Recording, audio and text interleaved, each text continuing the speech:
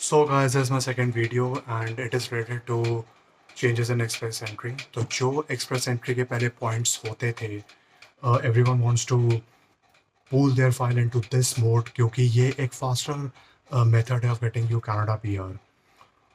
तो ये कुछ टाइम पहले ही IRCC ने अनाउंस किया था, though it was not implemented, they just announced it कि express entry will be modified. उसमें कुछ पैरामीटर्स थे जो उनको उस टाइम ठीक नहीं लग रहे थे कि like they have removed now spouse points, siblings as well, उसमें उन्होंने पॉइंट्स हटा दिए। IELTS 8777 is not now is no more mandatory. लेकिन ये चीज़ें जो हैं वो कहाँ पे मैंडेटरी नहीं है। Now here comes the main focus.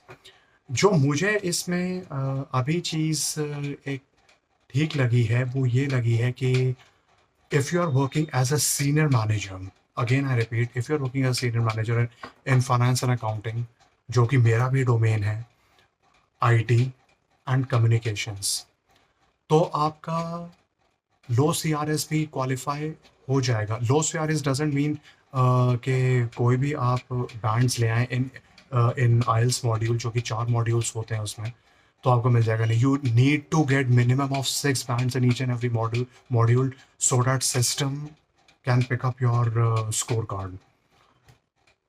तो पहले जो एक्सप्रेस एंट्री रहता था वो काफ़ी फॉर्मल था। मुझे एक एडवांटेज ये लगा है यहाँ पे कि अगर आप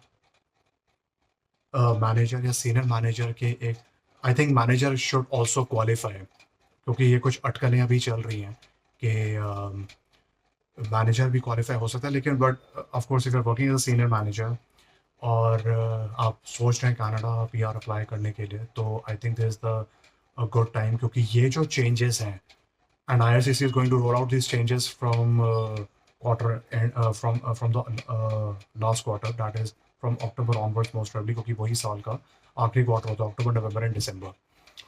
तो उसमें ये changes most probably roll out होने वाले हैं एंड लेट्स सी, काफ़ी इंटरेस्टिंग भी रहेगा, क्योंकि पहले काफ़ी लोगों की जो फाइल्स थी वो लग नहीं पा रही थी इस वजह से, या जिन्होंने पूल में भी फाइल लगाई हुई थी they were not getting ITS properly, या उन्हें एक बार ही IT आता था उसके बाद भी ये अपडेट्स आते थे कि नहीं, उनकी PR रिजेक्ट हो गई ड्यू टू सम पॉइंट्स। कौन या नेगेटिविटीज़ में मुझे यहाँ पे ये लगी कि दे have removed now spousal points. ठीक है, 8777 इज़ नॉट मैंडेटरी, ये पॉजिटिव है, लेकिन उसी के साथ साथ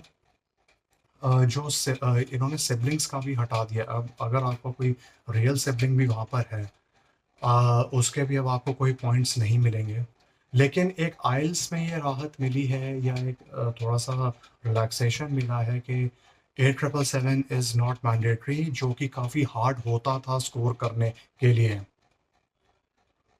सो let's look forward to it, but ये चेंजेस जो हैं वो कंफर्म हो चुके हैं। I try to share the link in the description so that you can go through those changes, और ऑल्टरनेटिवली आप गूगल भी कर सकते हैं कि what are the new Express Entry changes been about to be implemented, वहाँ पर भी आपको इन्फॉर्मेशन मिल सकती है।